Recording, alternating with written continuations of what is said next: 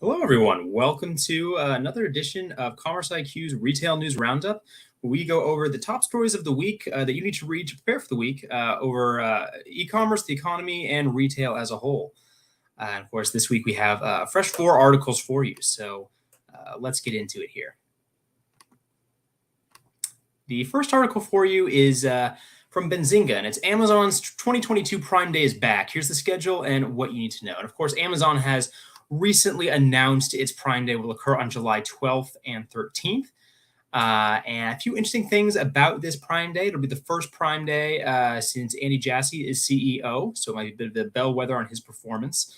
And it will also be a Prime Day taking place in a particularly interesting macroeconomic environment. You have elevated inflation. You have people going back to stores in record numbers ever since the start of the pandemic. And that means it might be a little bit different. It might be a little bit different from what we come to expect from Prime Day. So also CommerceIQ will be releasing a lot of content beginning this week on Prime Day. So keep an eye out on our LinkedIn profile as well as our blog if you want to read more about Prime Day in the coming weeks. And if you're interested in any of these articles that I'm talking to you about, just check out the comment section of this event, and you can see the links to these articles. The second article here is from Payments, and it's titled "E-commerce Doorstep Delivery Stand to Gain from Pain at Pump." And it makes a couple different points here. The first is that e-commerce has not.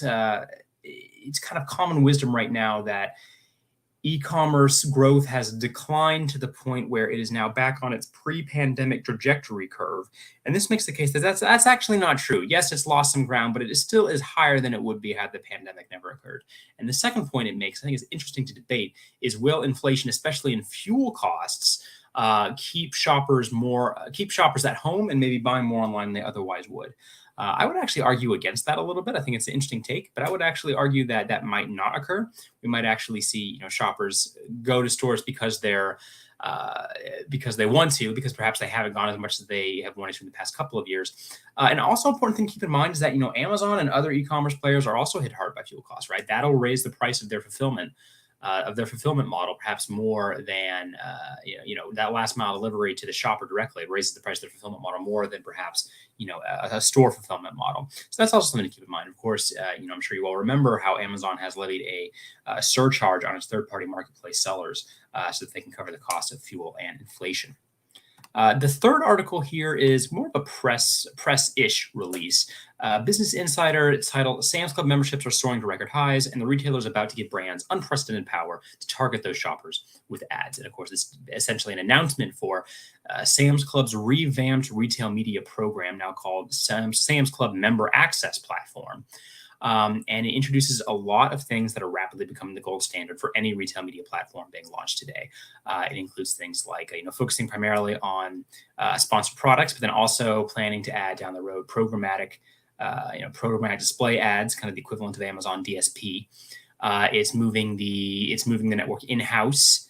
And it also is launching a self-serve platform for vendors. So all these things are things that Amazon has done and succeeded at, and that a lot of other retailers are now emulating. And of course, Sam's Club is no exception to this. Walmart has done this. Sam's Club, of course, is following the footsteps of Walmart, which is also following the footsteps a bit of Amazon in terms of driving its retail media business moving forward. So all to say, I think we're going to see a lot more. We're going to see more launches like this and more announcements of expansions of retail media networks across different retailers as they all kind of jump into the pool to try to get a piece of that pie that Amazon right now pretty much dominates. $3 and $4 spent in the retail media right now are spent with Amazon. And then the last article here is our focus on India, and it's from Mint, and it's entitled "India's Tech Sector Likely to Remain Resilient to Global Recession." This is interesting because India has kind of a burgeoning tech sector. It's growing very rapidly. And I think one particularly interesting quote in here is that one analyst says that in the current global climate, which prioritizes profitability over growth, those enterprises that focus on trusted technology that automates and automates and essentially streamlines your existing business will do better in this climate than those businesses focused more on the R&D stage, a little bit more untested stage, right? So shorter time horizons. If you have a startup, if you're managing a startup with the shorter time horizons, focus on profitability. Those are all going to do pretty well.